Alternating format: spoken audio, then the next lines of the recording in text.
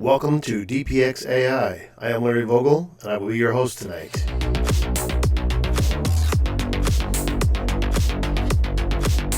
Let's get started. Slow start. It said we're supposed to have 20 people tonight, so we'll see. There's Mike Shane. Welcome, Mike.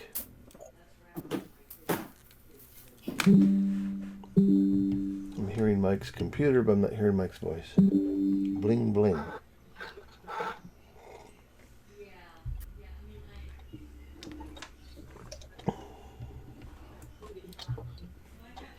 Since there's so many people supposedly signed up, we'll give it a few minutes before we start.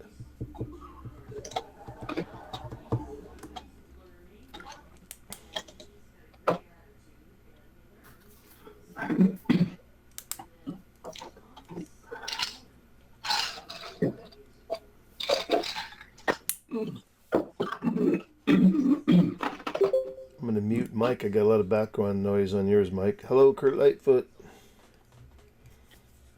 Hello. There he is. Ta-da. Welcome. My room is starting to get so messy, I've decided to blur my background.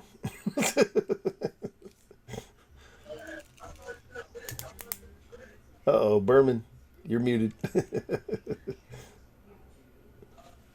Oh, yeah, AI? my lighting is awful. What was that, Linda? Oh, I was just saying my lighting is so horrible. I wish I could change it. It's a weird color, green. It's like the color balance is off. The color balance is way off. It looks like a hospital. Ugh, awful. To get some better mood lighting in here. You see, when you go to all those online, when you're watching all the YouTube videos, they all got the purple and green light in the background lighting up the walls. And I got to get me some of that stuff going. Oh, by the way, that reminds me, I went to the LA Art Show. I don't know if anyone else went because they had AI and I wanted to see what they were doing with AI. Oh, interesting. Yeah. I have to say, there was one exhibit, it was interactive. And their use of AI was very rudimentary. The theme of it was about climate change, and what they were attempting to do was make it look like what a village would look like in Southeast Asia being completely flooded. But it came out very cartoony. Huh. So that was the one thing that I saw. And the other thing that I saw was very disappointed because one of the exhibitors was exhibiting photography, and it was a direct ripoff of Gregory Crewdson's work. In fact, I went up to the gallery, rep, and I asked him, I said, I don't see Gregory Crewdson's name on this work. And he said, oh, well, it was AI. I said, okay. Interesting. Yeah. I don't think he'd be happy with that. That's one of the big, I think, at least also from the very beginning, the big controversy about being able to go into AI and insert, in the style of, and name an artist. And it does a pretty good job. If it's a well-known artist, it does a pretty good job at mimicking styles.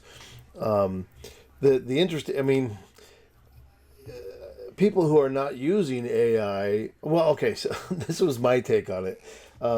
Haley, welcome to the meeting. I see people dropping in still. My take on it was years ago when I was, beginning photography and I was shooting 4x5 black and white landscape. I was channeling Ansel Adams just like everybody else, right?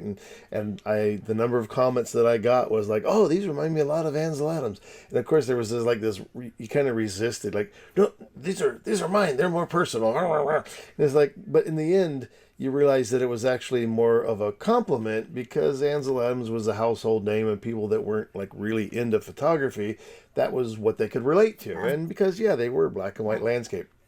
So I think as artists, we've always mimicked other artists too. It's just that AI is really good at it. And so this was like, you couldn't tell. And, they were selling these images for $900 a piece. They were small. They were like 8x10 picture planes on a 16 by something. Mm-hmm. His work goes for six figures. Yeah.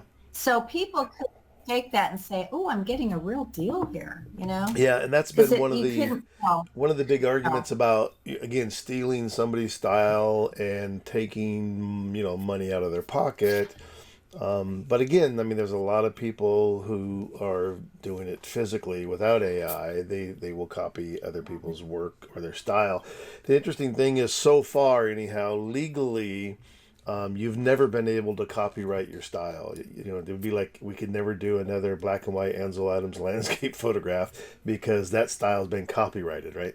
So it's really hard to copyright your style. You can copyright specific images, but trying to copyright a style just it has never been possible before. Welcome. Yeah, you can't copyright fonts either. Yeah, Yeah, right. that's true. Welcome, Yeah. Alyssa. We got some new names today. That's good. So yeah, it's going to.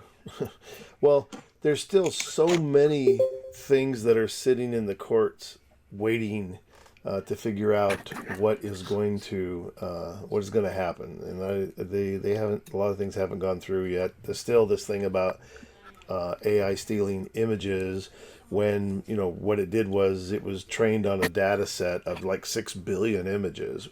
Welcome, Dr. Vinny Boomba. That's Hello, is this the artificial insemination group? this is Don Lyons. Don always comes in with a new name. Boy, we haven't heard from Mr. Lyons or Dr. Vinny Boomba in a long time. Well, he's Welcome. been laying in the weeds. All right. Well, hello everybody. It's been a while.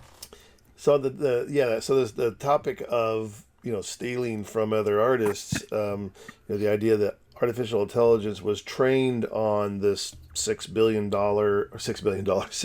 image data set. But there's an interesting thing when I did my presentation last year on the AI. And if I can remember the sort of the lingo behind it, there's two parts to probably more than two, but the two main parts of what make the AI function is they call it a numerator and a discriminator.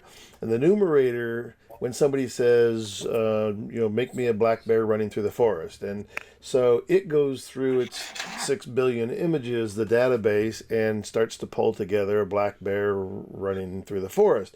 And the discriminator says, okay, there's lots of images of bears running in the forest. You can create it, but you can't make it look exactly like the one that you were trained on. So there's always that sort of battle between the first part of the machine that knows what it looks like and the second part saying, yeah, but you can't replicate an image that already exists. And when I did a bunch of new images had come up, and they were like, I was doing like some portraits and things because I don't do a lot of people pictures. So I thought, oh, that'd be cool to generate some photos of people that I could put into my photo composites.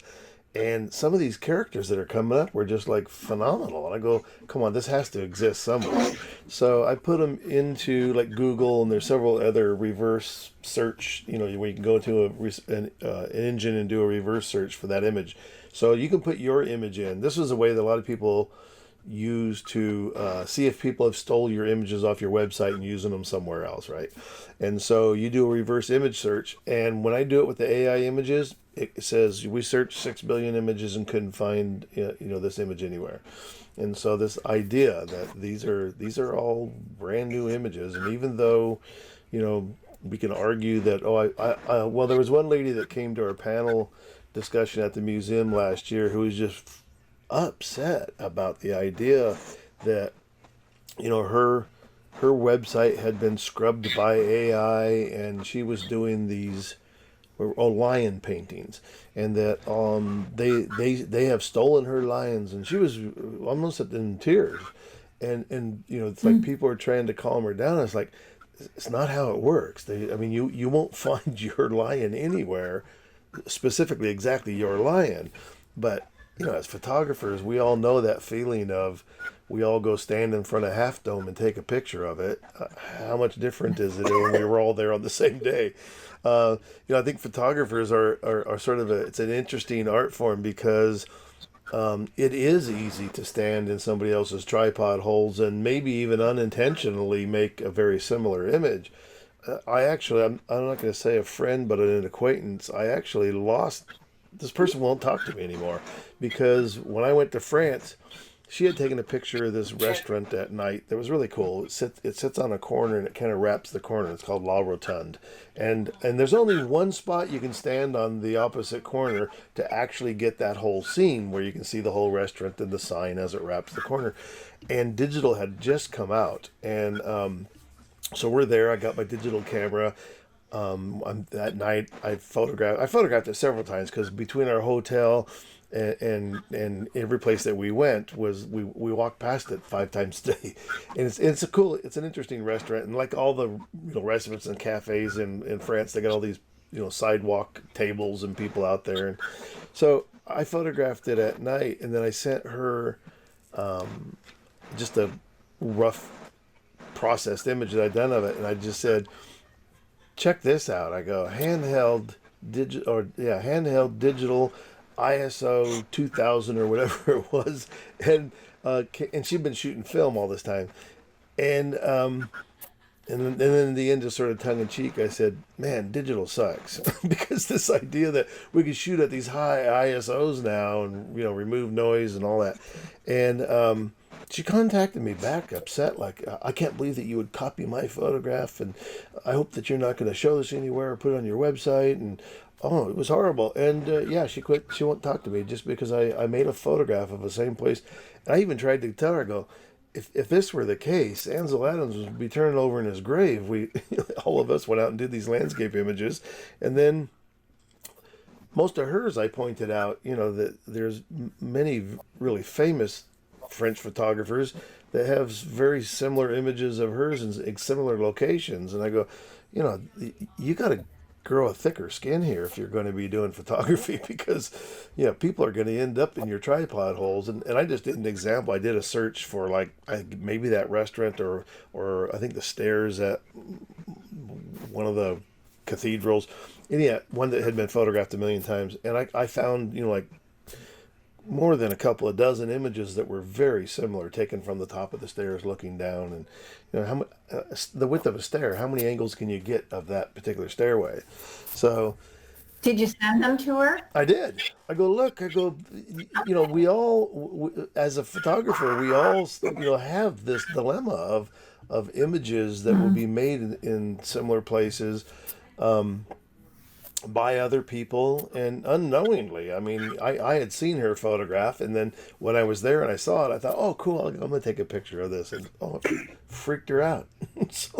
But, and I think that in fact, I was just watching a video today on the whole AI process, and it was an artist, and he was talking about AI is already on the decline. I predicted it. It's going to disappear. It's and he goes through this big long thing. And what it sounds like is, I learned to create art by, I learned to sketch. I learned how to do it the hard way.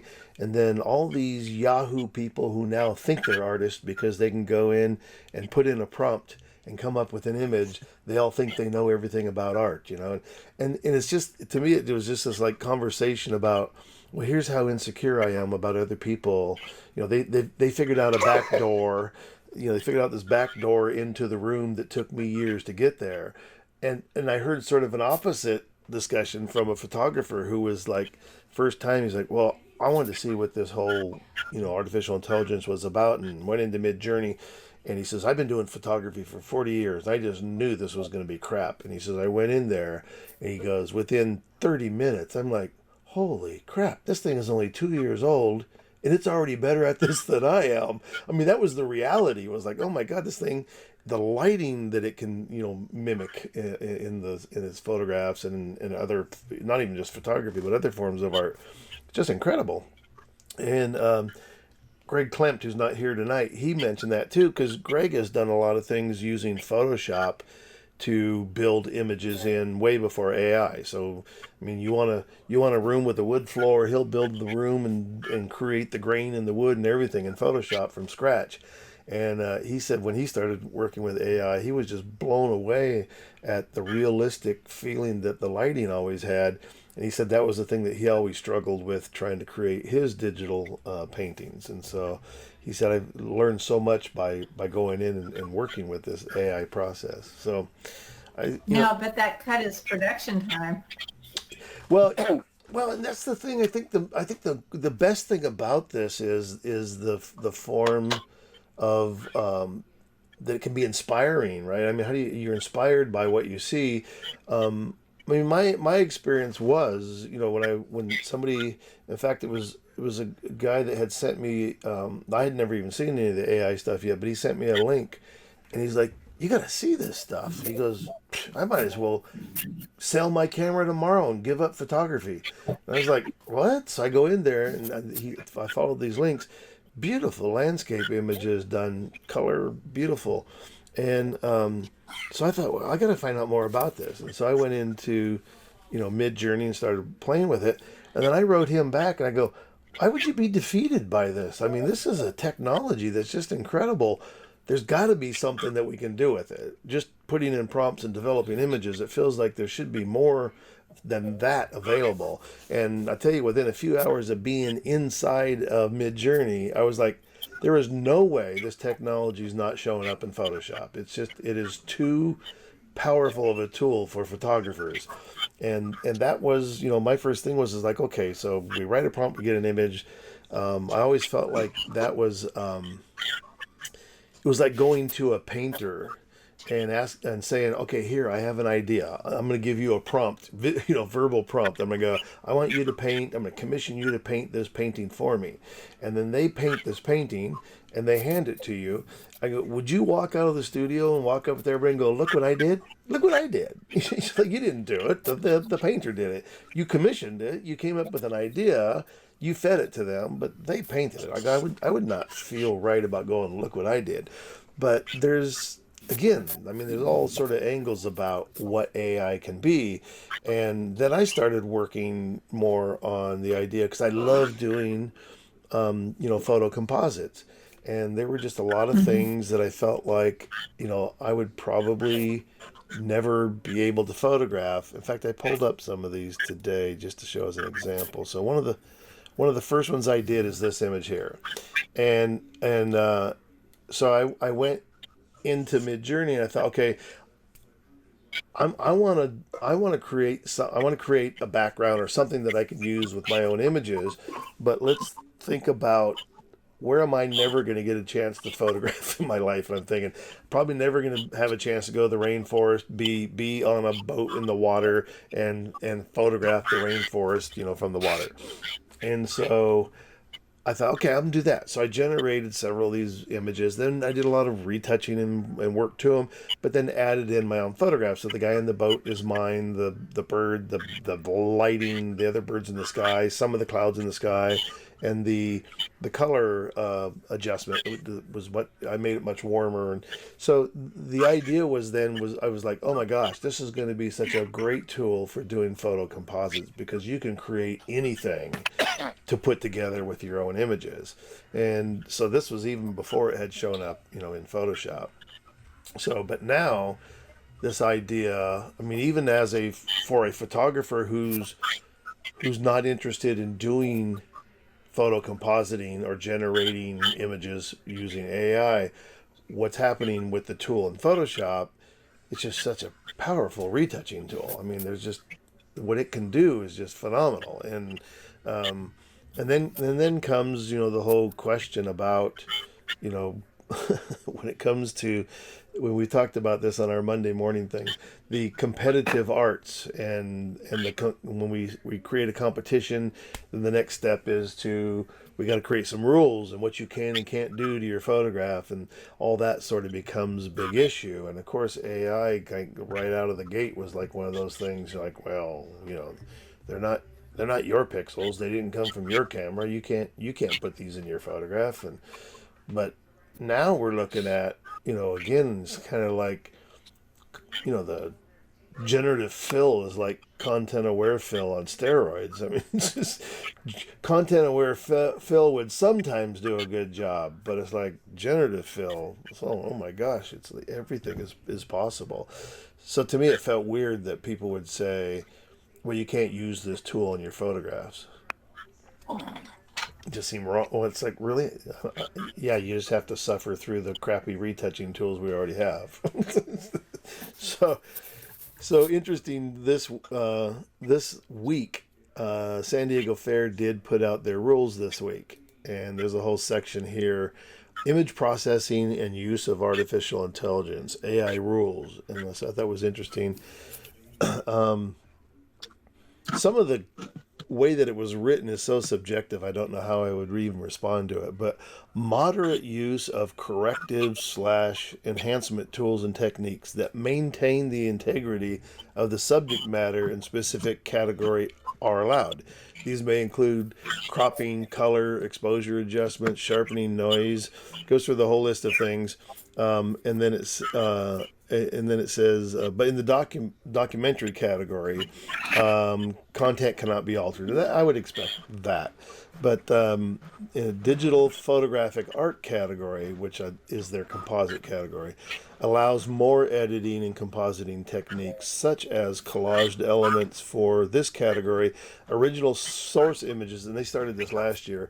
Original source images must be included in Tier 1 digital submissions. So they had you put your composite image in the middle and thumbnails around the edge of it, which I thought was weird too, because you can make a thumbnail of anything. I can make a thumbnail of an AI generated image and stick it next to my photograph and go, oh, look, that's where it came from. So I don't know what that resolved. It was kind of a weird thing.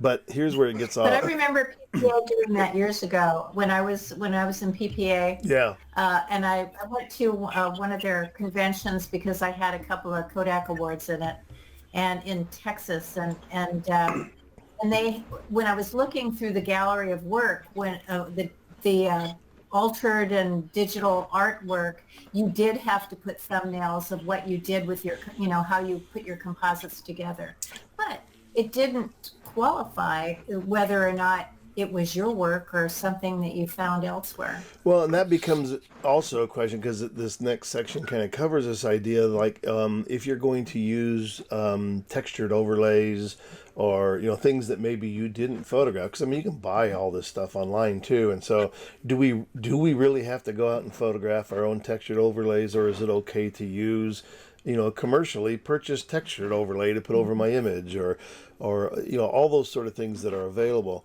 But in this section where it says Photoshop's generative fill / expand, generative expand, may be used as a minor corrective tool, similar to healing, cloning, and removing. So when not significantly altering the primary photographic content, it may not be used with text or image prompts. So you're allowed to use generative fill, but you can't put in a prompt. And this just begs the same old question that has come up for years. Who's going to know whether you used a prompt or not? That's true. Yeah, it's That's pretty true. general, isn't it? I mean, like, very... They left off the clause where you can't defame the subjects. That's something that I saw at I went to Auschwitz 3 years ago in Poland. That's what they had on their press. They made me sign they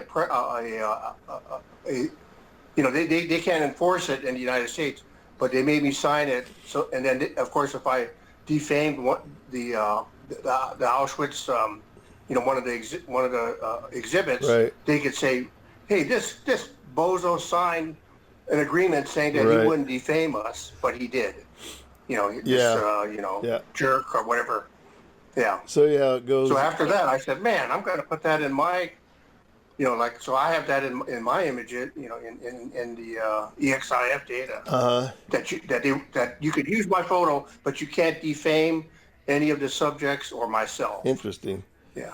So then prohibited in all categories is stock art, borrowed imagery. I don't know what that means. So if I asked Linda for one of your photographs that I could borrow something from your photograph to put in mine, maybe I don't know if that's what that means, but I guess. Or generative AI, example, mid-journey stable diffusion, or other text-to-image or image-to-image apps. We reserve the right to request original source files used in submitted work. So... and I had talked to Greg. I wish Greg would have been here tonight, because he helped them write some of this, and I talked to him the other day about it. and Greg, who's Greg? Greg Clem. Greg's. Yeah, Okay. he's been here several Thank you. times.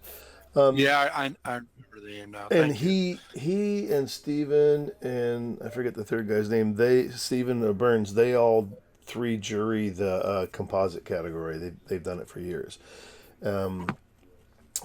And so Greg had contacted the fair coordinators, the photo fair, coordinators, and kind of met with them, and this was the language they came up with. So I said to Greg, I said, so I was surprised by the verbiage that you can't use a prompt. I said, because to me, what it feels like is if I circle something and it puts something in there, it's okay to use that. But if I circle something and I put in a prompt where I'm taking more control over what the machine is going to do, I go, to me, it feels like I'm more directly involved with the process if I'm the one who's telling the machine what to put in there. And that's what you're telling us that we can't do. And he said, and I think their reasoning behind it is that if you don't use a prompt, then the tool does function more like a healing or cloning tool. But I go, now here's the thing that always comes up about rules and contests and things. There's 100 but what about situations that happen right away. And I told him, I said, so I'll just give you an example, and trying to keep it totally anonymous. This person I was working with had an animal photograph, and in the animal photograph, let's just say it was a bear. And in the photograph, the eyes were closed. And they said, I just think it'd be better if I could open the eyes. And I said, well, do you have like another photograph of the bear that we could just take the eyes from and mask them and bring them in? And they said, well, I don't know. I'm not sure. But couldn't I do this, with generative fill? And I go, yeah, you can. So I said, but it may render your photograph, unable to submit to your camera club or to the fair. But let's try it. So we went in, and if we just circled the closed eyes and didn't put in a prompt, it actually on its own generated new eyes, but they were very cartoonish looking. They didn't look real. So then we went back in and said, like say it was a particular kind of a bear or a particular kind of an animal. So if you went in and said, black bear or grizzly bear eyes, it put them in and it looked totally real, like a real photograph. So it's like, so you can get the bear eyes by just using generative fill according to the rules here. You can put in the bear eyes, and sorry, they look cartoonish, but you can't put in a prompt to get better bear eyes than that. It's an odd, and absolutely the thing keeps coming back on a lot of these rules is like, how is anybody going to know? And not only that, but because a lot of people have been working all year long on their images, if I had to go back and remember which ones I used a prompt on and which ones I didn't, I have no clue. That's just a ridiculous thing to. What's equally perplexing is this idea of what is moderate use. That was what I said. That's such a subjective yes, totally thing. Right. Like, okay, well, this is moderate, but this isn't. Yeah, I was afraid they were originally going to come up with some kind of a percentage thing. Well, 50% of it still has to be your own image, but just moderate use is okay. Moderate use. Yeah. So I guess they need a workshop. What is moderate? Go ahead, Randy. Sounds like we need a log file for every image. Right. Yeah. That records what you did to it. Well, or if you showed the original, but this is the thing about, so we went through this years ago too, when we went from darkroom to digital. There was this whole thing about people that were still doing darkroom work that were didn't want to do digital, and they also didn't want to compete against it because they realized the same thing is like, well, but these people using Photoshop can certainly make a better image or do corrections that I can't do to my own. And so, it was almost like they wanted to make a division between, having a digital category and an analog category. And you could certainly do that. I mean, that's the one thing about clubs and organizations and these competitions is everybody's welcome to make up their own rules, but at some point it's worthy of a discussion, I think, to figure out, like, are we really sort of like cutting off the hands of creativity here for what? So that we can make our photographs feel more traditional. I don't, that's the thing. I had said that to one of my friends years ago when I was trying to get in the very beginning. I was really upset. The inkjet printers were not putting out good black and white photographs. They always had a color cast or some weird thing in it. And I was struggling with it. And they've resolved the problem. And even back then you could use a third party rip to resolve the black and white printing issues. But this friend of mine said, he goes, look, it's a brand new medium. If the only thing we do is to struggle to make it look like a 150-year-old medium, what's the point? Why advance if all we're going to do is make it keep looking like the other thing? And that was the reality when digital happened, and all of a sudden the things that you could sharpen, you could add more color, you can remove things, retouch. All of a sudden there was a whole school of very traditional photographers that were like, that doesn't even look like a photograph. And so, my comment was like, well, we're not looking at your grandfather's photographs anymore. Photography does look different today. If you were to compare it to what color photography looked like, pre-digital, yeah, things have changed dramatically. And this is, again, with the digital thing, is just one more thing. The other thing that I threw out in this that was like totally blew me away was in the abstract category. And I asked Greg about this, and he says, oh, I didn't read through all the categories. We were just trying to come up with, something for the AI stuff. But in the abstract category, they give a definition, usually not recognizable as an object, but then it says includes fractal algorithmic art, may include detailed shots of nature. So I said to Greg, I goes, so are they saying that it's okay to submit fractal art into the abstract category or algorithmic art? I mean, this is as much AI driven, it's a machine that's creating these fractal images. So I don't know if this is just an artifact of something that has been in there from years ago, but I don't think they will allow fractal images into the fair. Would seem weird. Trying to think of this bottom one down here. Yeah, it just says images created by artificial intelligence, AI, partially or completely, are expressly prohibited in the digital art category. What? Yeah, so you can't. In the digital art, Yeah, so that's not in the. this is weird too. So they changed this last year, and that is the digital art category. What they're really talking about is the photo compositing category. They took out the real digital art category where people are creating images without a camera, and that was in there for a long. In fact, Stephen Burns, I think, was one of the first ones that pushed for it to be there because he was doing that kind of work, and there was no place to show it. So they pushed for the fair, and they gave them like a little side room to exhibit their digital art in, and then eventually it ended up becoming prints on the wall.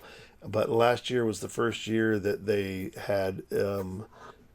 Well, so you can see here. So in the definition, artwork based on photographs and manipulated digitally. All work must be an original creation of the entrant, including individual elements of a composite work. Images created by artificial intelligence, partially or completely, are expressly prohibited.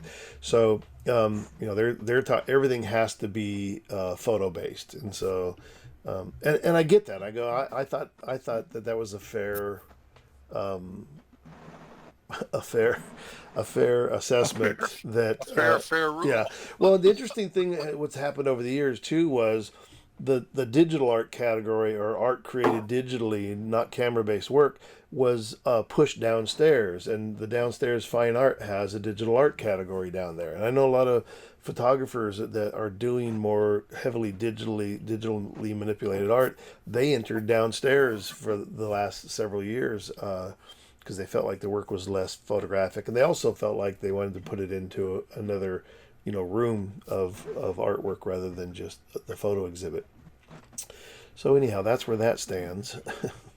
It's an interesting thing, and I wish Greg was here again tonight, because the other thing that I wanted him to talk about, or at least confirm, because it hasn't been put up yet online. I looked the other day, but he said this year there is going to be a panel discussion on artificial intelligence at the photo exhibit at the fair. So last year I wasn't allowed to say anything about it, and this year there's going to be a panel discussion. And of course, I am not invited to that. I have been officially uninvited to anything at the fair. So that's kind of where it stands. You are Peck's bad boy. But if anybody is interested and they want to accompany me, I am. If they do this AI panel discussion, I am going. I'm going to be in the room. I want to hear. And only because, and not because of being defiant or anything. I think it is an important conversation, and I felt like this was one we probably should have had last year. But because it's such an important conversation, I would love to be there, and I want to hear how it goes down. Because I already know they're based on the conversation last year at the judges roundtable, there were some very vocal judges that were just like, yeah, this isn't photography. It doesn't belong in the fair or in the photo exhibit. It has nothing to do with photography. And that was all before I think anybody even understood what Photoshop was going to do with it at that point. I mean, it had just been put into the beta version just prior to the fair opening up, which for me, the timing was interesting because I was going to start off with this idea. My workshop was going to be on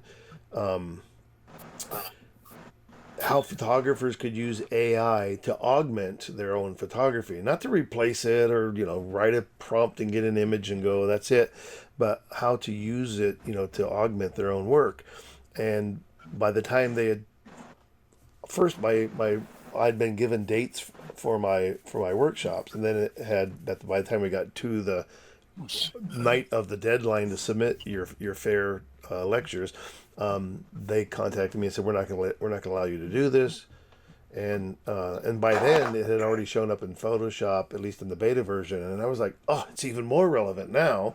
I mean, here it is inside Photoshop, and now we're going to say that we can't use this technology. And so we were I was a year too early, I think. That was all. But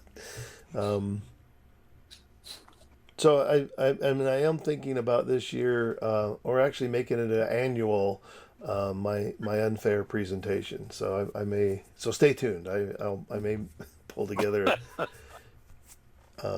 my unfair presentation, 2024. Anybody, I mean, there's a lot of mics that are turned off. Anybody have any experiences or anything with doing AI work that they would like to share? Or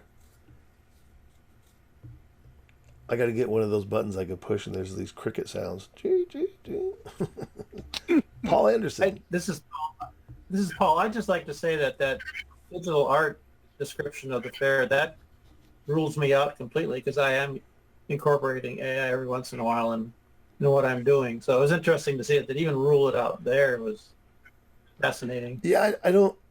Well, that's the part I don't understand. Well, this is pretty vague, I think, in the digital art category because no, images created by artificial intelligence, partially or completely, are expressly prohibited. So there you go. You're right. Yep. I did that one with the bird in it, and but it sounds weird because it's like up here under the processing part of it, you can use, the tool.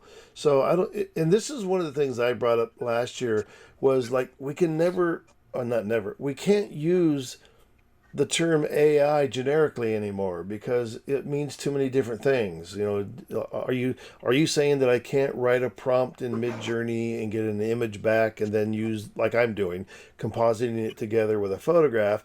Or are you saying that I can't use AI in Photoshop?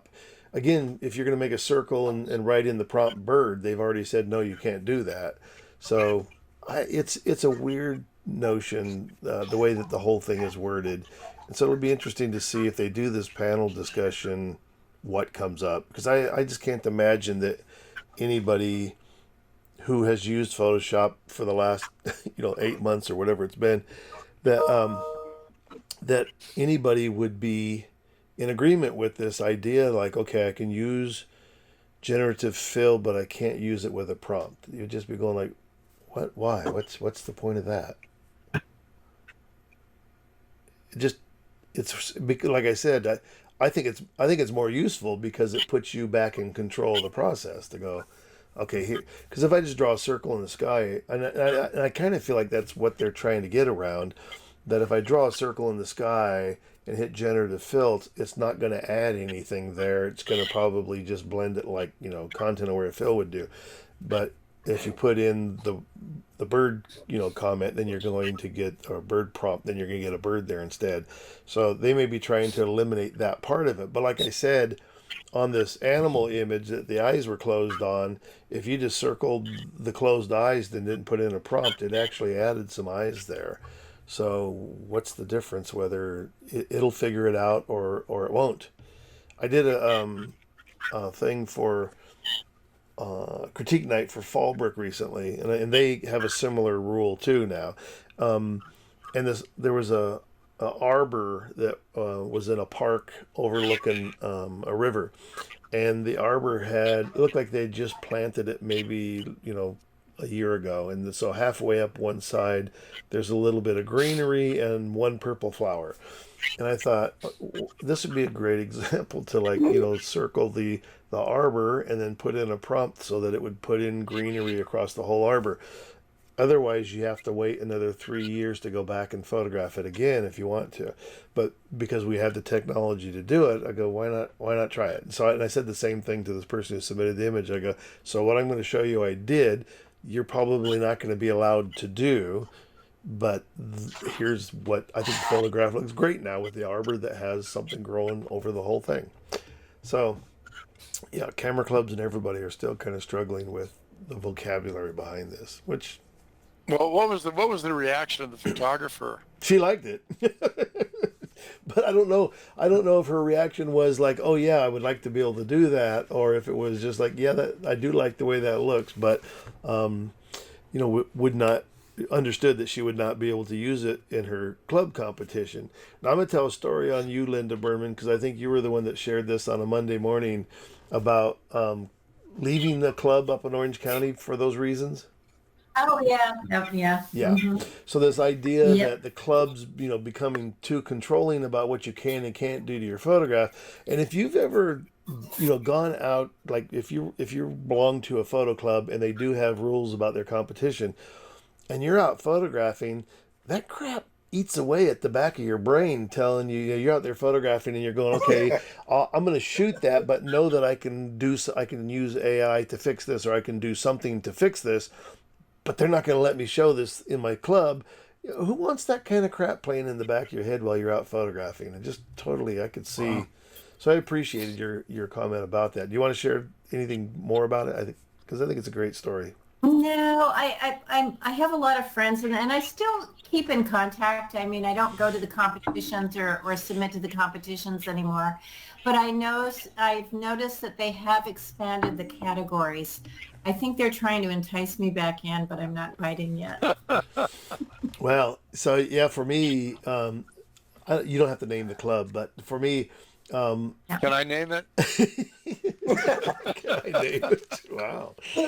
I'll tell you, hey, Larry, I'll tell you what. I'll go back to the club and join you and Linda when we can all go as a group. How's that? You're not talking about the photo exchange. It wasn't that one, was it? No. No, that's not the one we're talking about? No.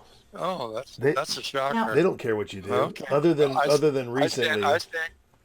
I stand corrected. All right. Sorry. So. Although I do know them, and I had a very loose association with them, but no. Yeah.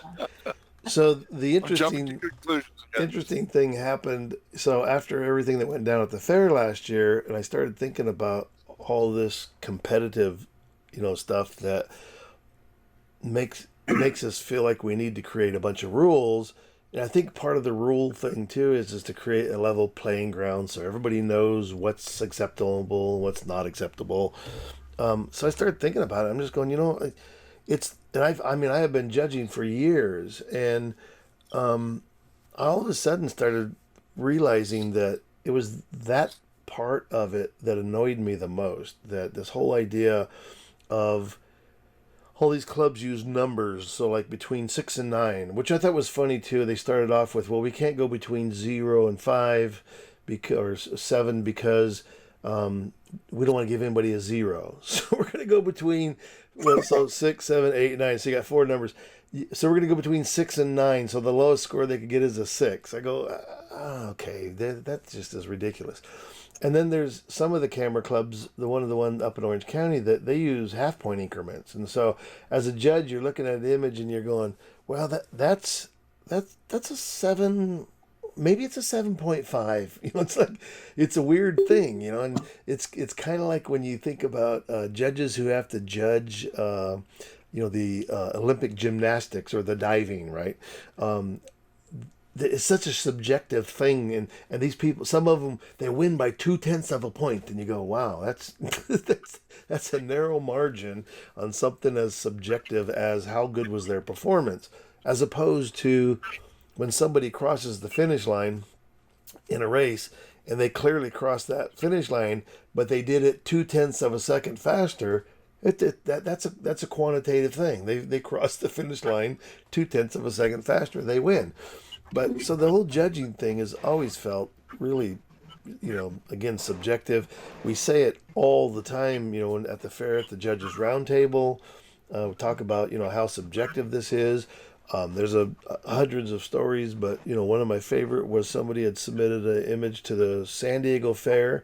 They didn't get it past tier 1, so when it was over with, they resubmitted it up in Orange County. It got accepted, hung in the show, and they won a first place with it. So I go, okay, so at those two extremes, being rejected and winning first place, either one of those, how valued do they feel? Like, it just really speaks to how arbitrary this thing is when we look at photographs, and to accept and reject and pick a level of winning or losing, or it just seemed crazy. So I came to the conclusion that for me, the best thing that most of the clubs did, and many years ago when I first started doing it, I've never belonged to a camera club. I mean, we started a critique group up in Orange County years ago, and I've been doing them for a lot of years now. But I never considered them to be a club, but we didn't have these competitions and stuff. And so when I started judging the clubs, they the people can be in the room, because sometimes it was a live night where they all come. They aren't allowed to speak to the judge during the process, but they ask the judge also to give a little critique about why you would give it a higher score or a lower score. And that was the part that I felt was so much more valuable to the makers of the image, was to hear the feedback from the judge. And again, even though the critique is also very subjective, it's just my one person's opinion about an image, it's still very subjective, but I think it has far more value than giving somebody a number and a ribbon or whatever. So I decided this last year that I was no longer going to judge for competitions anymore, and that I would continue to do critique nights. And if the clubs wanted to invite me to come and do a critique night with everybody, I would do that, but I'm not going to judge. And in the thing that I prepared to send each one of the clubs when they would invite me to judge, I would sort of give this philosophy of why not. And part of it was really based on this idea that I don't think creating these rules for competition does anything to support creativity at all. I mean, to tell somebody, cut them off creative, you can't use this, you can't do that, or I even in my presentation last year even speculated on the idea that even in documentary photography, where you're not supposed to do any retouching, if I had this great photograph that tells the story for a documentary image, and in the corner of the picture there's a beer can or a Coke bottle laying there in the street, if I remove that object from this documentary photograph, does it change the story or the importance of what else is going on? It's a nuisance to the image visually. So why not take it out if it doesn't change the story or affect what's going on? And so I brought up the example. I won't be able to remember all the names. Woman photographer that photographed during the Depression era, the FSA project, where they were out documenting, Dorothea Lange. And she has that famous photograph of the migrant mother with the children sitting there with her. Oh, depressing image, but beautifully photographed. And they're sitting under like a tent, and there's a tent pole in the photograph. and I never knew, if I could find it quickly, I would, but I never knew that this lady's hand was on the wrapped around the front of the tent pole, and her Yeah. hand was sort of out in the area where it was bright and out of focus. And Dorothea Lange ended up retouching the photograph before they published it, to which this the person who was in charge of this whole project, or all the photographers, was Roy Stryker, and she caught shit for it. And so you can find, if you look online, Dorothy Lange, migrant farm Yeah. worker, you can find the unretouched image and the retouched image. And all it does is take out this bright eyesore of out of focus fingers. All she really did was make them darker, but not, she didn't just burn them in, she actually retouched them. Once you know they're there, you see them. But her idea was like they were visually a nuisance to the image. They ruined the image, so she retouched them. But boy, her boss gave her shit for it. Um, She was a portrait photographer before she went in to work for the PA. PA or Yeah. whatever, PA. And that wasn't the only image she took of that woman and her children. Right. She took a series of photographs Yep. of them. Yeah. Yeah. Yeah. Yeah. She was a great photographer. So Oh yeah. I'm gonna go. But one of my, on that tack, of the WPA, one of my favorite pictures was by Margaret Burke White, the American Way. Yeah. Do you remember that image? Yes. I'm trying to. Love that Yeah. image. So I'm trying to pull up this image here to see if we could actually. So there would be. Something about the thumb. Yeah, it's was- her. There's a few fingers. Yeah. So there I should remember all be the a side details, but by. you remember the generalized Yeah, here's a info. bunch of the ones that she did. There's several versions of this image. The one that became well known is the one of the mother and the kids are all sort of turned away. So I think this is the. Yeah, yeah, it is. I thought it was a whole image, but it is her thumb. So Yeah. here's That's what I the thought. thumb here, and then here it has been retouched. She even made it look like the blanket, fills in that corner of the knuckle of the thumb. That was it. This little thing here became the problem to her boss. But it's like, does that really change this documentary image, by retouching that thumb? It doesn't add to it or take away from the story at all. So, it was based on this interesting idea of a documentary image. And like I had even said, I go, this idea that there's a rule that documentary images cannot be retouched, and people have lost their jobs for doing it and whatever. But I'm like, I don't get it. If it's doesn't change the story, it's one thing to take and put two people together that were never together, or to do something like that. But to just take out an annoying retouch thing in a corner. To me, seems funny that even is not possible or shouldn't be done. Another rule. I'm actually kind of thinking that might be the theme of my unfair presentation this year, is about rules, competitions, and rules. So I mentioned earlier. So Linda was the only one who sent me any images. So I say let's Let's see. take a look at them. Yeah, let's look at I'm it. glad you said in your email that you were like not wanting to send the original image It unprocessed. was so I bad. know, but this is such a great example of again. This proves I'm a horrible photographer, but a decent editor. Well, so I had this. Yeah, we used to have this photographer guy when we were much younger. When I was in my 20s and 30s. This little old Englishman who had the handlebar mustache and everything, and he was just so delightful to be around. He was so funny. He had all these little sayings and things, but he used to talk about this idea that when you go to somebody's exhibit, you never have the pleasure of seeing how that image got on the wall to begin with. You just think that they are an amazing photographer and everything turns out perfect for them, right?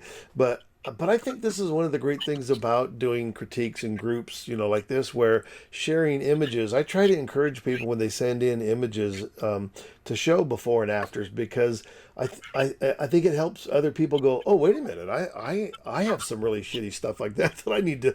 If it can turn out like that, I'm willing to rework my image. And I've shared the story a million times. When I went to the Ansel Adams workshop all those years ago, John Sexton showed us the moonrise image, and it's well documented. You can look at it online. But the straight version versus the final version, and he did them as prints. So there's these 20 by 24 moonrise images up there side by side. And I'm looking at them and I go, man, I got a lot of stuff that looks like that one on the left. I go, but I have nothing that looks as good as that one on the right. And what the realization was, you go, but they're both made from the same negative. What's the difference here? And the difference is processing. And that was, that lesson became so ingrained in me. Like, everything is about how the image is processed. And to believe that everything comes out of the camera looking like it does on the gallery walls is not true. So there's your, and so tell us where you were and all. I think it's an interesting street scene. This was in Porto in Portugal. And we happened upon this couple who were dancing the tango in the street. And I probably shot about 30, 40 images of them over the course of the time that they were dancing. And it was getting dark. It was late, early evening, actually. Mm-hmm.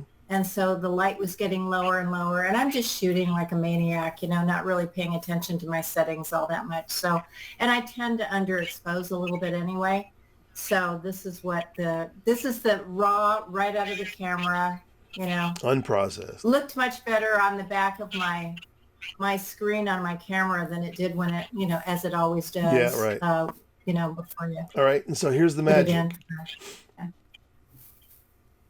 I'm going to blow that up so you can see it. But yeah, the before and after. So looks like you've done a lot here. So in terms of retouching, bringing out the shadows, looks like, so you've extended the canvas at the bottom also. So it filled in all those mosaic shapes, because it looks like his foot is fairly, Yeah, I gave him more room because I always clip things.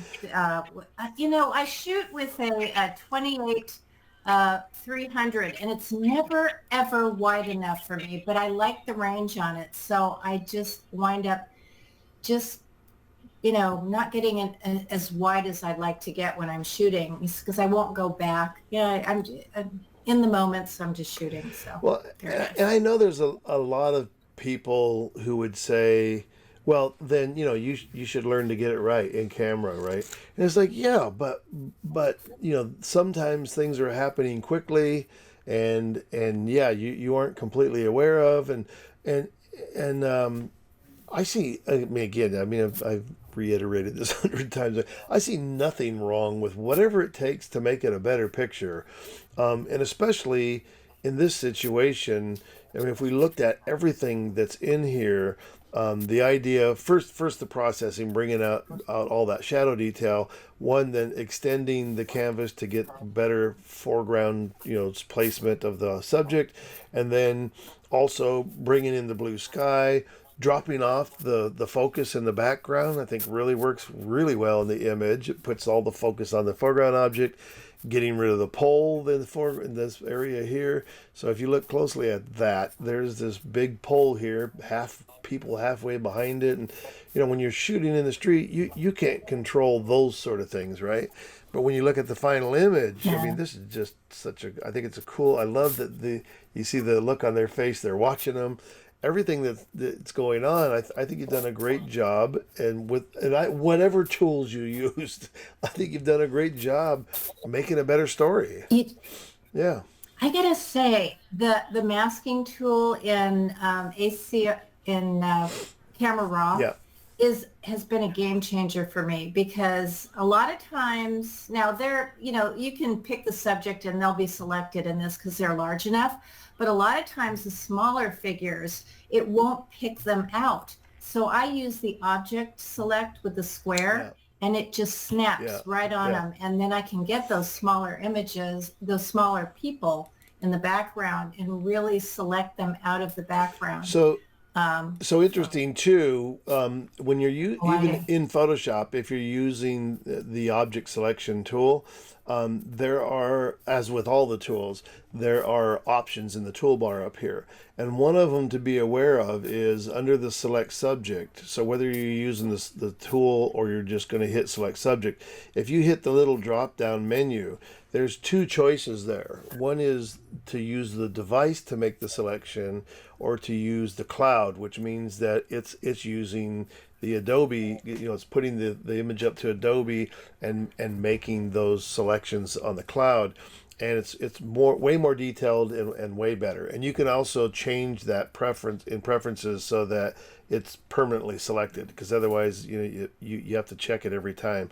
But if that is selected in your preferences, or you make sure you come here, it will always do a better job selecting. And you can try just trying a comparison on any images, switch from one to the other and make a new selection and make a mask and see what the difference looks like. And you'll be surprised at the second one. And it's funny too when it says that one is Oh, it's quicker. almost always better. Eh? Yeah, one is quicker and one is more detailed results. The quickness is not that huge. It's not like it's a huge difference. I marvel at the idea now that 6 seconds is too long to wait when you could do it in 4. It's like, really, the additional 2 seconds, put a little more time in my life. But yeah, I think that's an interesting thing that's starting to happen, with Adobe Camera Raw and Lightroom. Now, I always tell everybody that once you get to the developing module in Lightroom, it's identical to Camera Raw. And I'll say, with the exception of one thing, there's a little targeted tool that you can use with the white balance tool in Camera Raw or in Lightroom that's not in Camera Raw. But everything else is exactly the same. Some of the tabs are named differently, which I don't know why they do that. It seems kind of weird. It's like trying to make people believe that they're two different programs, but they're exactly the same. So I think Adobe many, many years ago did a great job in selling Adobe Camera Raw to a bunch of photographers who didn't want to learn Photoshop because Photoshop is too complicated. And so they did this great job going, you don't need Photoshop. You can do everything inside of Lightroom. And so everybody, bought into the Lightroom thing and didn't learn Photoshop. And but you find out that there were things that you couldn't do in Lightroom or Camera Raw that you could do, inside of Photoshop. So eventually most of them were like, okay, so I spend a lot of time in Camera Raw or Lightroom, and then I only go into Photoshop when I need to. And but now, with all the masking and all the other functions that are starting to happen inside of Lightroom and Camera Raw, I kind of joke and I go, well, heck, man, Lightroom is becoming as complicated as Photoshop. Now you got to start learning some masking techniques, but it's great because I think some of the things that you can do, one of the things I do love about whether it's Lightroom or Camera Raw, once you get into Photoshop, then you could use Camera Raw as a filter. But one of the cool things that I think is really good about some of the things in the masking part of Lightroom and Camera Raw is that you can we'll select the subject here.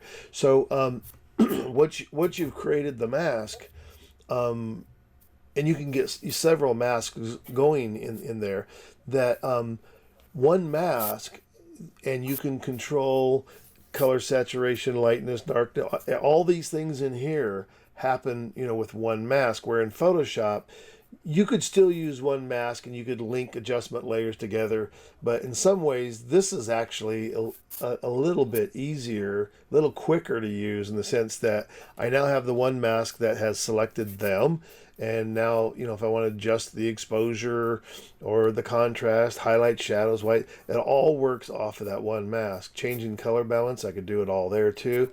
And which, by the way, these are another great example of selecting.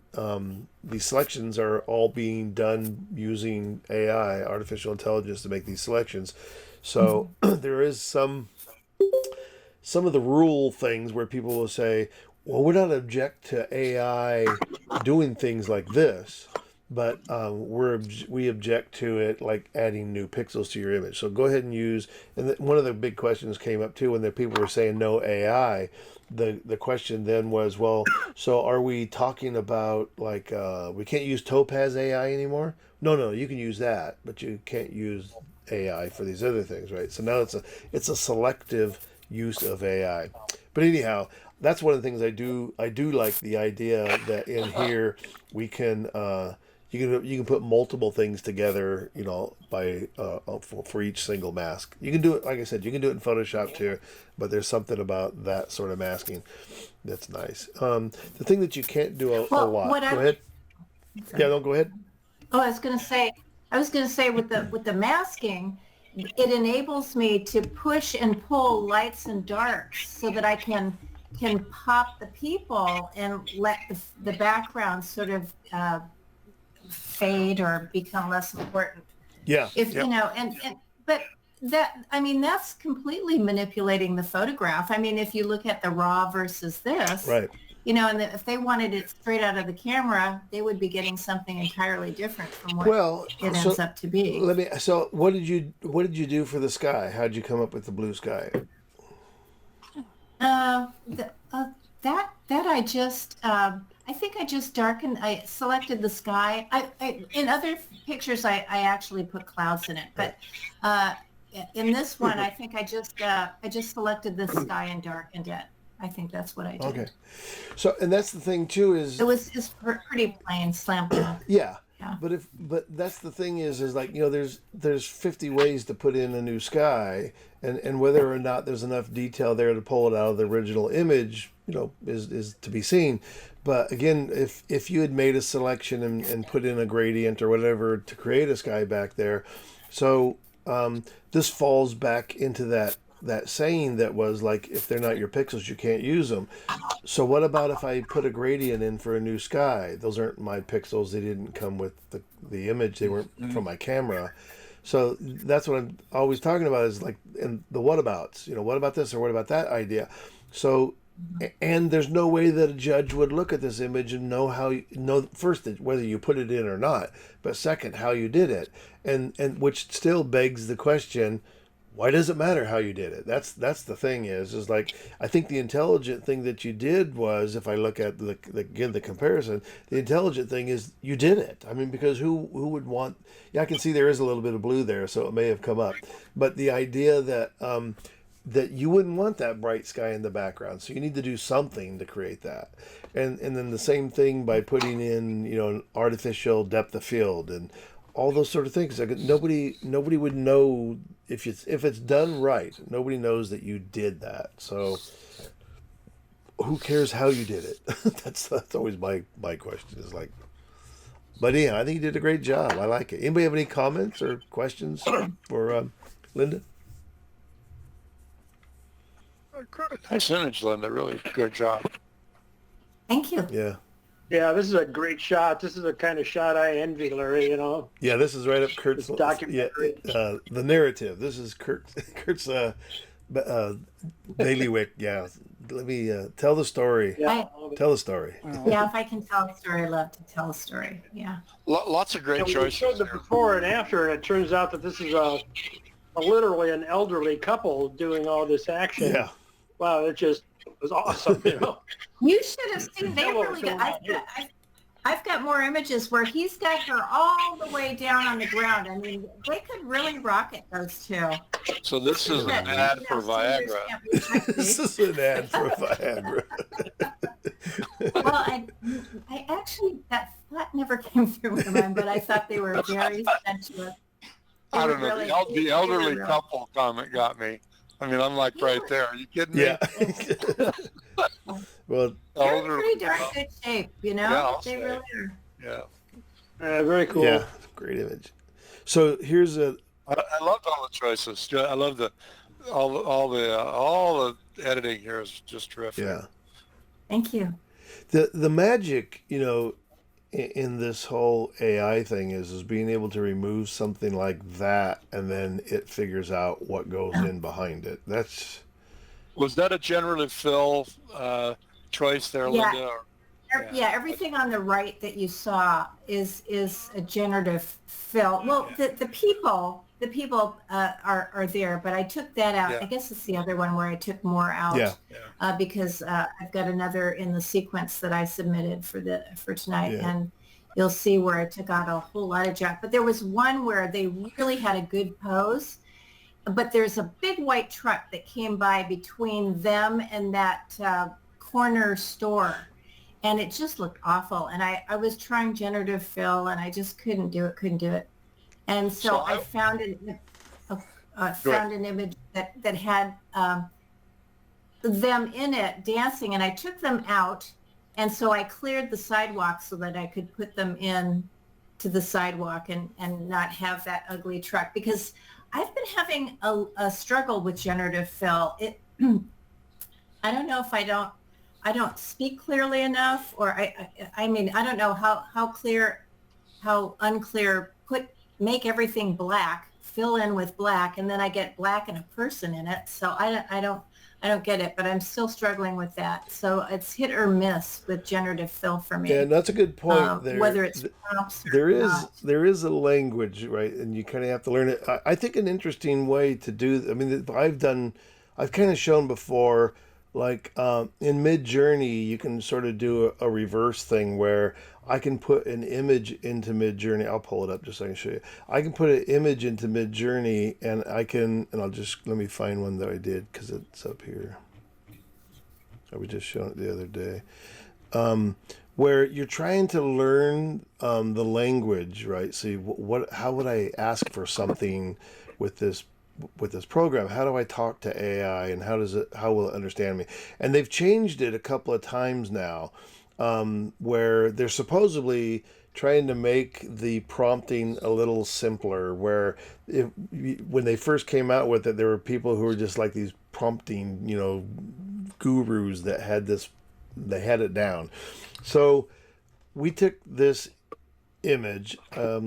This was actually an image that was submitted for a show by somebody else, but so I brought it in just as an example. I think I was talking to Rob about it, and he says, so how realistic, because for the I didn't do the announcements today, but so for the show that we're doing at 2020 Gallery is called AI OK.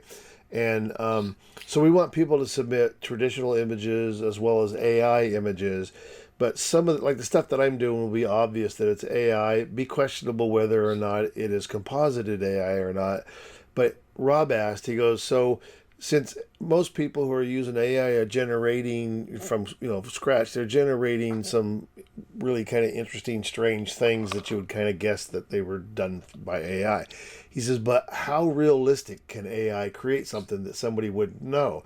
So I took in this wolf image, and what you can do in Midjourney is you can drop the image in here. And so the prompt down here, if I hit /, these are some of the prompts that you can use. So imagine is the one where you would put in a prompt. You would say, gray wolf lying in snow with aspen trees or something like that. And you can direct it to create something.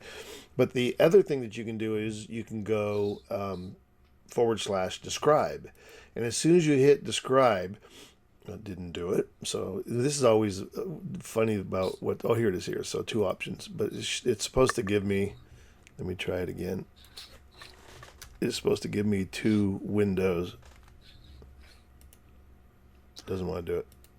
So I can drag in an image, and that's what I did here. So I did / describe and ended up dragging in just a JPEG of this image. And so AI is looking at this photograph, and it's now going to give me 4 descriptions of what it sees. So number 1, a gray wolf resting in the snow under trees in the style of animals and people.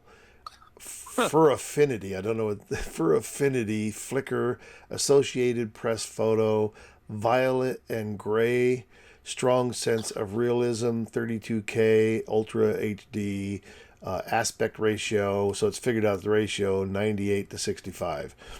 That's one. Second one is a beautiful wolf is napping in the snow in the style of light white and light gray Wimble builder. Wimble Builder, Associated Press photo, and then these they'll put in a name so that, and it's actually a link, so I could click on that and it will take me to a place to show me what this Anne McCaffrey images look like. So it's saying she creates images similar to this.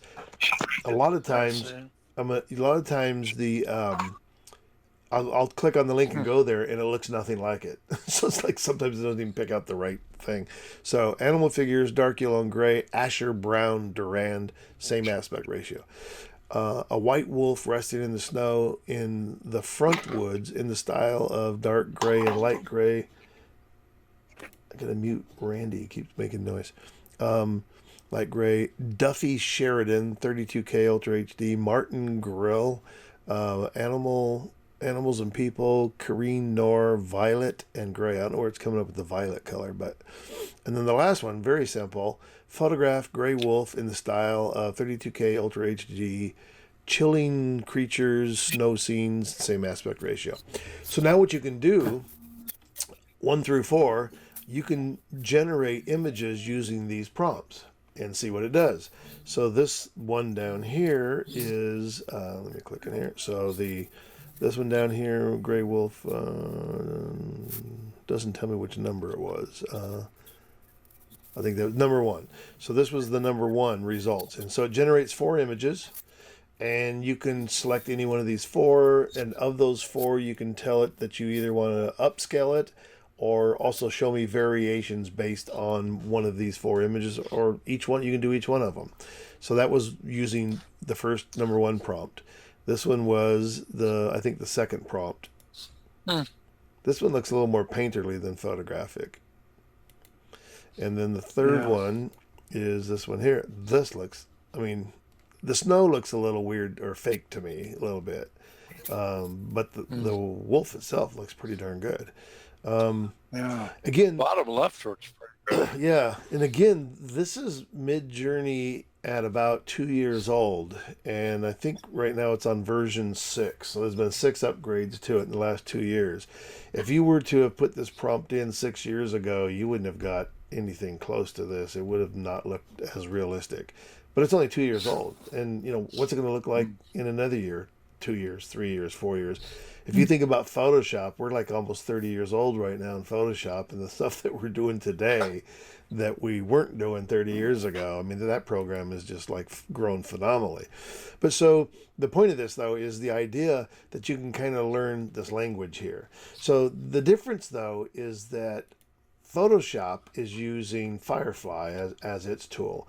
So you could actually go into Firefly and do a similar thing. It won't let you do a reverse image, but what it will do, it will show you a new version. I don't want to do it.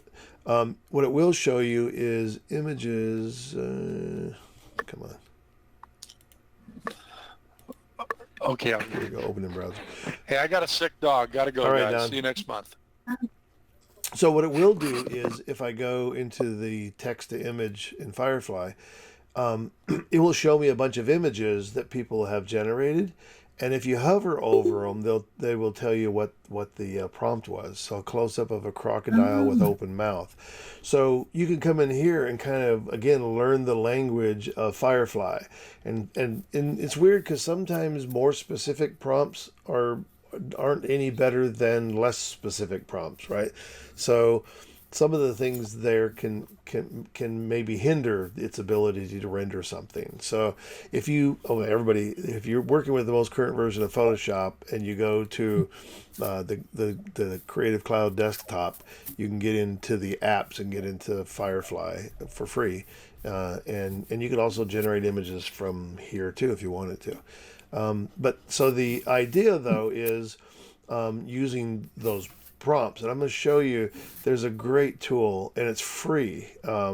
It's this tool right here. And so, wrong one. This one here. So this is called Tony Kuiper, who does the luminosity masking. These are all these panels you see on the side. I use this luminosity masking stuff for processing. But he now has this TK Gen Fill panel. And this panel is free. If you go to his website, if you just typed in Tony Kuiper Generative Fill, it would go to his site and you can download this panel into Photoshop. So one of the cool things he's done, there's a couple of things that this panel does, but one of the cool things that he's done is if you hit the inspiration button, it'll pull up a whole list of words. And these words are directly pulled out of Firefly. And what these are styles or movements or colors and tones, lighting, composition. And the ones that I have highlighted in orange means that I've right-clicked on them so I can find them quicker because there's so many in there. So you can create this as sort of a start. You can go, okay, so I want a hyper-realistic, cinematic, dramatic lighting, landscape photography. And so when I say okay, that will load into his window here as a prompt.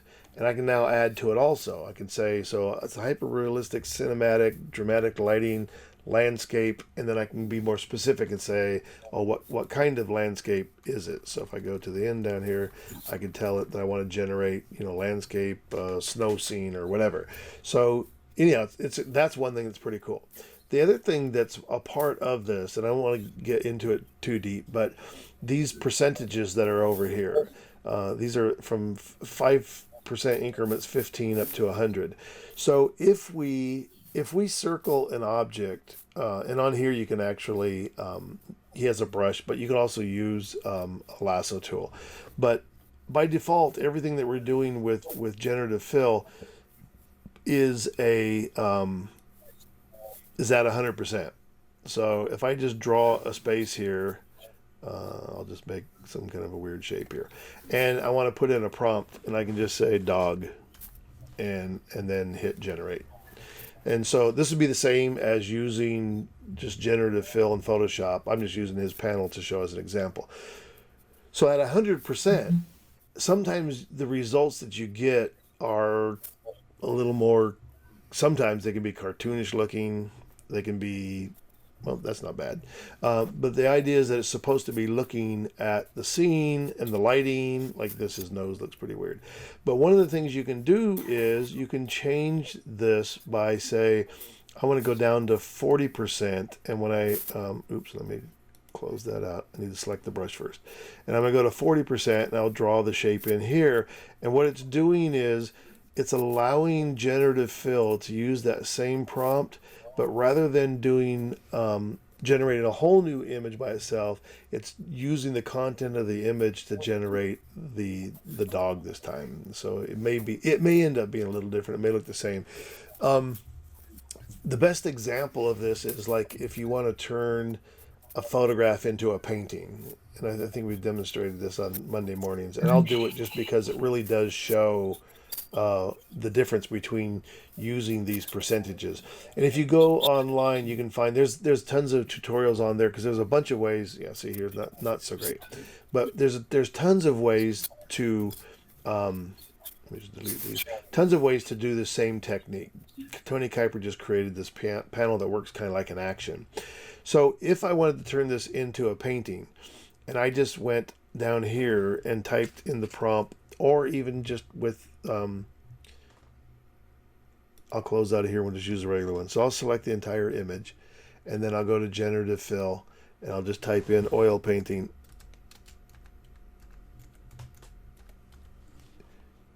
And generate. And so this is the equal to just allowing it to work at that 100% level with the prompt oil painting. And what will happen is you're going to end up with an oil painting that has nothing to do with your photograph. So there you go. It's just oil painting. In fact, here it even generated another face. My computer's running slow. But anyhow, that's all it will do. So I'm going to use the exact same prompt, but this time what I'll do is, let me turn that one off. I'll go back to the background layer, and this time I'll use Kuiper's panel because it'll be easier. And I will just do, again, a Control A to select the whole thing. And I will do this at, say, 20%. And I'm going to type the prompt in here, same as the other one, oil painting. And so the lower the percentage goes, the more it will start to resemble your image. Okay, so we'll hit generate. and it, I'll tell you that this is what it's supposed to do, and then it won't do it. So this is one of the things about AI is like you really sometimes you have to struggle through it, and you have to do it again and again and again to get the results that you want. Okay, so there. So now you can see that it actually used all of the elements, the dancers, the people in the background, the blue sky, but it turned it more into a painting. And there are other versions. And I can continually go back and try, and you can also ask it to generate again, it'll keep going. But that's funny. And so, but using those lower percentages that's part of this panel will allow your prompts to fill in with the image sometimes better than just doing it at 100%. So that's kind of the idea of using this panel. But if you go online, like I say, there's a ton of tutorials there that you can look up on how to use that same percentage. If you don't, but this panel is free, so I don't know why you wouldn't want to use it. But there's a bunch of ways of achieving that same result. One of them is using quick mask, and so you get this quick mask effect, and then you lower the opacity of the quick mask, and then you turn that into a selection, and then you use that with your prompt. So I'm not going to go through it, but yeah. So yeah, let's look at your other image. Any comments or questions again for Linda or those techniques? Yeah, I don't know if this question even makes sense, but if you were to learn the language of Firefly, does that help you when you go to Midjourney, or I mean, are they similar or the same? I think it's a little. You have to learn two. It's a little different, but maybe not that much. Like one of the things I had figured out was like early on, I put an image into Midjourney and did the describe function, and it was a red color or something. It was describing the colors of the image. And it didn't use the word red, it used the word crimson, which then to me was like, oh, okay, so it understands more complex things of colors rather than just red, green, blue. So you can become more specific about those colors, or you can become more specific about the sky, or more specific about her shoes, or if you wanted to change out her shoes. There's those sort of things that you can like some of those words that came up inside Midjourney. I don't even know what they mean. You can highlight them and look them up, because I was surprised sometimes that it uses a word. I go, I've never heard of that word. And you look it up online, and it's actually a word or some kind of a descriptive use of something. So, but I think you could use some of the same things from Firefly. Again, these things that Tony Kuiper has in this inspiration thing can be great tools to use. One of the ones that I see or hear a lot of people talk about using Midjourney, and I would assume that it may work also with Firefly, if you want things to look more photographic. So this is one of the things that this panel does also. You can choose photo over art over none. And if you go into Firefly, all of these options are available inside Firefly. Tony's just brought them here into Photoshop, so that when you select them, they become prompts. And so like up here, because I still had oil painting, I think, in my thing up there. So trying to get it to become more photographic. So some of the things you can do, again, use photo, use cinematic, hyper realistic or realistic, use dramatic lighting, golden hour. Other people will put in like a camera. I don't know that the specific camera name makes a difference, but it does tell AI that you're more interested in it looking purely photographic. So you could say, mirrorless, whatever model camera you want to say. You can also choose a lens design, in the sense that you could say, I want it to be 35 millimeter wide angle, and so it'll give you that wide angle. There's another, I don't know if he has it in here, there's another really good one too, where you can put in a point of view, like bird's eye view, or whatever ant's eye view, whatever that is. But anyhow, those sort of things will start to dictate what it's going to look like. And you see, like even in here, there's product photo, pop art, pixel art, optical illusion, all these sort of things that you wouldn't normally think of. Randy, I'm going to keep you muted until you want to talk because there's some background noise from yours. But anyhow, yeah, again, I mean, we live in the information age. I mean, YouTube is just full of information about this stuff, and you can go in and you can find people that are doing tutorials about using AI to generate photorealistic images, and pick up on some of the prompt things that they're using. So yeah, it is a lot about learning a language that may or may not make any sense to us, but. So this is your original second image. Boy, it's a busy street. Oh That's yeah. a lot of people. Well, they had the most tourists visiting Portugal last year of any Oh, year really? to date. Wow. Yeah. And Yeah. so again, so if we were looking at this image and you kind of go, okay, so yeah, the poles are a total distraction. This pole even overlaps her foot. This guy that merges with them's a problem. All those things that would be, boy, I'm not gonna. The pole stuff here would be impossible for you to remove. You might get away with doing a content aware fill here, but it probably would not generate her toe. This wouldn't either. But so here's her changes. That's just phenomenal. And again, the depth of field I think really works really well. So what are you doing for the depth of field? I'm using the blur tool in Adobe Camera Raw. Oh, okay. Yeah, and that's new too. Yeah. Fairly new. Yeah, and then if I can't fine tune it there, that I can go back into Photoshop and mask it and fade it, or with a brush. Yeah. Take the brush and 50% or something and just sort of graduate it. But, so. And then this one also, is this a sky replacement or? Yeah, that's a sky Yeah. replacement. But Beautiful. I wanted to save this picture because I loved the expressions of the people watching them. Yeah. I liked that part of it. So I thought, I also and like it did a fairly good job of cleaning up the in center. the story. I like this idea. Like in this one especially, it's like all this crowd of the people have sort of like given them their space too. It's like nobody wants to cross over this line. It feels like, right? Oh no, that's their space over there to dance into. So it adds an interesting element to the story. Very cool. Yeah. Any comments for Linda on I was this one? happy with the way it worked. Yeah. Yeah. Yeah, this idea that, I mean, this just feels like a lost opportunity, right? Like, oh wow, that's just nothing about this that you think would have any value in the end, but to take it to that is just phenomenal.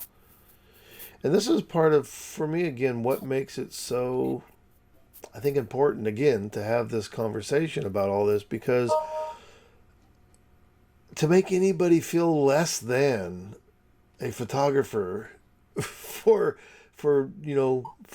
having that photograph and doing that kind of work to make a better image, I don't buy into it. In fact, it's interesting because Don just left.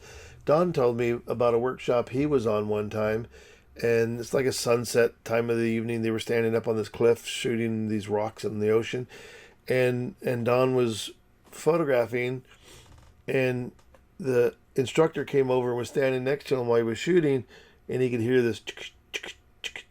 He goes, "What are you doing?" And Don says, "Well, I'm bracketing." No, you don't bracket. Bracketing is for the weak. You get you learn your camera and you get the exposure right. And I'm like, I would never tell anybody that. I go, here's Linda. You save your money. You fly yourself halfway around the world. You get here. You take the photographs, and this is what you got. That's what you got. You can't do anything. To me, it's like, do whatever it takes to make that better image. I would feel, and I told Don about, he goes, what do you think, when the guy had said this to him, what do you think about that? And I go, well, I think that The guy who wants to show off that I'm only going to take one exposure, he may get home with the bad exposure. And the guy who's bracketing will always come home with the right exposure. I don't see any problem with it, and especially in the fact that shooting digital doesn't cost you anything to shoot all those bracketed exposures. Back in the day when we were shooting film, where you're shooting 4x5, it was like every exposure was a few more dollars and a few more hours in the darkroom processing film. But now it's like, wow, just shoot. I mean, it's free, so shoot the crap out of it and bracket. Do whatever you have to do to get the photograph. I mean, that's the important part. That's phenomenal, and these two images that we've been talking about belong in the fair. right. That's a great comment, right? This is photography. Right. This is what we want photography to do, right? Yep. Yeah. Well, and So, I think the part of this is that's so important is your technique of what you did in the end is totally invisible. I wouldn't go, oh, there was probably a pole here that she took out. So that idea that you can create an image where nobody is distracted by whatever technique you use to create this, everything works properly. And yeah, I think you're right, Kurt, with that assessment that this would be a great thing for people to see. I actually kind of wished I thought about asking the fair, years ago to do a before and after category where something like this, I think this would be phenomenal to go, okay, here's my before and after, to hang at least, a small print or something with your name and a little thing about what you did, to get from there to there. Because I think this kind of stuff would open people's eyes to go, well, there's a real art to this. To get from that to that, that's incredible. And that it's not really, just a bunch of button pushing. Even the idea that, you're using AI to remove this stuff, there's still a lot of editing talent that is incorporated in the rest of the image. And even using the AI functions, there's still a lot there in order to get it to come out, I think, this well. So I'm so glad you sent these in, Linda. Well, Yeah. thank you. Well, I'm still in the very baby steps of experimenting with this, and I was very pleased with this. It could have come out so many different ways, but I got lucky with it really making a clean. No, honestly, I think I did with a clean removal of that, and because I came out with a lot of lemons, trying to do other stuff, and actually that was a horrible picture I took. I mean, what photographer would shoot right in front of those poles? I mean, really, give me a break. But I saw two really interesting sides to this, with just a big mess in the center. And even if I'd gotten in front of that trash can, I don't think I could have gotten the angle of those people looking the way they did it at them. So yeah, that's important. Well, there's something about when you learn the craft, your post-processing abilities, and I used this example in my presentation last year of the idea, of when we were shooting film and you showed up in the park to take this beautiful photograph of the pond, and some fool has thrown a shopping cart out in the middle of the pond. And back in film days, it's like, I had to find another composition. I had to figure out where else I could take this picture from where the shopping cart wasn't in the photograph. But now we know what our post-processing abilities are. And you go, I'm just going to get the best framed image I can get, and I'll remove the shopping cart in post-processing. And I know that it will do a great job. So all of this stuff starts to speak to us. I mean, yes, okay, so this was probably a quick grab shot and you didn't really analyze what am I going to be able to do with this? But the idea that we do know that many times we don't need to be impeded by these elements, because we know that, when I went to France, these things along the sidewalk, because I guess people park on the sidewalk in France for years, so they put all these posts all along the street now, so nobody's parking on the sidewalk. But it ruins your photograph. And every picture, you're taking a picture of this really cool restaurant or whatever, and here's these posts lined up on the sidewalk. Well, now it's a simple matter to get rid of them. It's not a big deal. So now I'll just take it. I'll take the post out later. So we learn how to make, better images. We're informed when we're out shooting, and we then work with it, in post processing. And I just think that, again, post processing and retouching is just taking a leap forward in a gigantic way, to be able to get to that. I mean, that's just incredible. And I think that these are examples and things that I don't know. I'd love to hear the conversation from the traditionalist point of view. Like what is wrong with doing that, making a better photograph. I think everything that could be said from a traditionalist point of view wouldn't really make an argument for, yeah, you're right, I probably should never have done this to this photograph. So, I just don't know that they would convince me that this is a wrong, there's something wrong with this. I just think that it's the exact opposite. So I appreciate you sending in the photographs. Thank you for your comment. Oh yeah. Any final Appreciate it. comments before we wrap it up for the night? Everybody's been kind of quiet, but I appreciate y'all being here and figuring out where we go from here, I guess, as we continue to hopefully make better photographs. I mean, in fact, the thing that I put at the bottom of all my emails is always is about. I'll just say for me it's a truth, and it's my comment at the bottom of my email says. In fact, I'll just do this because I always forget that I have a little slide of it here to end the evening on, and it's this one here. So to stay creative, be inspired, and be an inspiration to others. And I think that's one of the greatest things that we have the opportunity to do in this process of sharing work with everybody, is that it's a chance to inspire other people, to do great work. And I think that Linda's images helped us do a little bit of that tonight. So thanks a lot. Oh, thank you. All right. Thanks everybody for jumping in. The meetings are recorded. I do put them up on my YouTube channel once the videos are processed. So you can go to, I gotta find the photo. You can go to my YouTube channel and you will find other videos there also, but I started posting all of the DPX videos up there. So if there's anything that we did, a technique or something, or you want to review anything we did tonight, the good news is there's a fast forward button so you can get through all of my talking and go straight to the technical stuff if you want to. So look for them there. I generally, if you're a member of the meetup group, I generally send out a link through the meetup group saying that the video is up and posted, so you can go look for that there. You can look at old meetings also that way too. I do a second DPX night, so I do it on the second Thursday and the last Thursday. So the next one coming up for the regular DPX, which is not sort of AI centered, is on March 14th, and it really is pretty heavily dependent on really doing more critiques. So people will send in images, ask them to keep it down to maybe 3 images to send in. And again, it's a great time to send in before and after, so we can kind of see where your image started and where you ended up.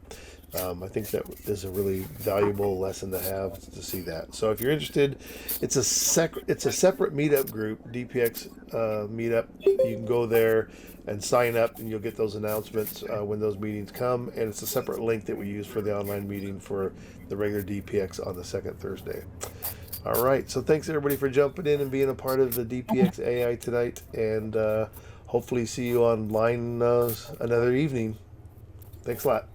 Night, everybody. Thank you, Larry. Bye, everybody.